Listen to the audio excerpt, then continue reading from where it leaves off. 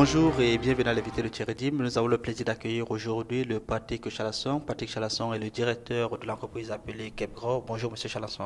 Bonjour. Vous avez récemment sorti un livre appelé Manager devenu durable. C'était vraiment une nécessité de sortir un livre pareil? Nécessité, à un moment on a envie de témoigner, de ressortir un petit peu ce que l'on a appris de la vie. Et pour moi, c'était le moment de le faire, ainsi que pour les personnes avec qui j'ai coécrit ce livre. Donc ça correspondait plutôt à une période où on a plutôt envie de transmettre que de recevoir. Alors le livre en soi, c'est tout un programme. Le titre du livre, c'est tout un programme. Manager devenez durable. Est-ce à dire aujourd'hui que nos managers sont dans du court terme? C'est clair que la tendance ces dernières années, ces 10 dernières années, a effectivement été d'être un peu court sur pattes en matière de durabilité, poussé par les actionnaires, les fonds de pension et aussi le marché. Heureusement, on voit qu'il y a une inversion de tendance, enfin en tout cas un redressement de tendance, et où la durabilité, elle n'est pas seulement rentrée par Agenda 21 et le développement durable, mais aussi par la durabilité des personnes et à l'intérieur de l'entreprise, dans sa façon de manager. Donc ce livre est un peu une charnière entre ces deux mondes. Mais quelque part, est-ce que c'est pas positif parce que nos entreprises sont performantes et derrière ces entreprises, il y a des bons managers? Non. En d'autres termes, il suffit juste de les booster pendant une certaine bonne période. Une fois qu'ils ont fini ils ont donné tout ce qu'ils avaient à donner, ils peuvent aller ailleurs.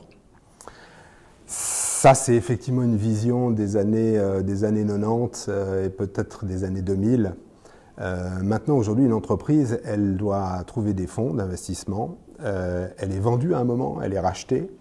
Et les investisseurs, ils regardent maintenant ces critères de durabilité. Donc la pression au niveau du conseil d'administration et des actionnaires a quelque peu évolué. Et maintenant, le manager lui-même, il sait qu'une carrière assez courte et assez hachée, c'est pas forcément bon pour lui. Donc là aussi, on voit quand même qu'il y a une tendance, il y a un point d'inflexion, la tendance est en train de s'inverser. Est-ce que ça crée également un environnement défavorable pour l'innovation? C'est une bonne question. Dans les théories de l'innovation, il y a un élément important, c'est qu'on n'innove jamais que lorsqu'on est sous pression. Alors on pourrait dire que cette forme de pression peut être favorable à l'innovation. En même temps, c'est clair que pour pouvoir innover, il faut aussi savoir écouter, avoir le temps d'écouter. Et une fois qu'une innovation commence à germer, avoir la sérénité de la développer. Et c'est vrai que quand on est dans un univers court terme et sous stress, on n'arrive pas à voir ces éléments-là. Ils y sont, mais on n'arrive pas à voir, à les capter et à les faire germer. Donc je vous donne effectivement raison.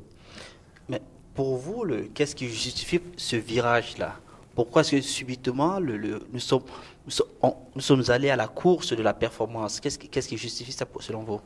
Je pense qu'il y a quand même que l'être humain a suffisamment souffert ou que le niveau de souffrance est suffisamment important, y compris auprès des investisseurs, pour que la boucle se ferme et qu'une inversion de tendance se fasse, et qu'elle se fasse aussi bien au niveau des politiques que finalement dans les choix de produits.